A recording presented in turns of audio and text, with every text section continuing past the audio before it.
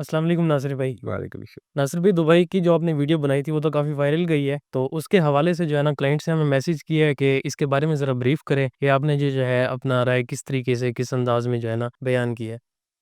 یہ چھوٹے بھائی، دبئی کی جو ویڈیو ہماری وائرل ہوئی تھی، میں نے وہ کمنٹس وغیرہ پڑھے تھے، وہ سارے کمنٹس میں نا دبئی کے اندر جو ہمارے ڈیلر بھائی کام کر رہے ہیں ریئل اسٹیٹ کے اندر، اسپیشلی جو پاکستان سے یہاں سے گئے ہوئے ہیں، اب وہ ڈیلر کیوں خلاف ہے، انہوں نے اس طرح کے کیوں کمنٹس کیے ہیں؟ کیونکہ وہ بھائیجان پاکستان سے ایک انہوں نے پروموشن چلائی ہوئی ہے، بلکہ یہاں پہ آئے دن جو ہمارے یہاں پہ ہوٹل ہیں سرینا میریٹ کے اندر، وہ لوگ آ کے فنکشن کر رہے ہیں اور لوگوں کو جو ہے وہ موٹیویٹ کر رہے ہیں، لوگوں کو پاکستان سے ڈرا کے وہ کہہ رہے ہیں کہ پوری دنیا میں اس وقت دبئی جو ہے وہ سب سے اچھا ہے، آپ دبئی کے اندر انویسٹمنٹ کریں۔ تو کلائنٹس انویسٹر نے کمنٹس نہیں کیے، وہ دبئی کے جو ڈیلر کمیونٹی تھی ہمارے ہی، جو پہلے پاکستان کے اندر ریئل اسٹیٹ مارکیٹ میں کام کرتے رہے، یہاں پہ بوم تھا، پہلے یہاں سے جو ہے وہ لوگوں کا سرمایہ انہوں نے ڈبویا ہے، اب والی وارث اس کے کوئی نہیں ہے، وہ کلائنٹ انویسٹر بیچارے خوار ہو رہے ہیں مارکیٹ کے اندر، اب وہ چلے گئے دبئی۔ دبئی کے اندر اب ان کو پرابلم کوئی نہیں ہے۔ اور ایک دوست بتا رہے کہ جی ناصر بھائی کو کہیں کہ جی یہ بڑا حساس موضوع ہے، اس کے اوپر بات نہ کیا کرے۔ حساس موضوع کیا ہے بھائی؟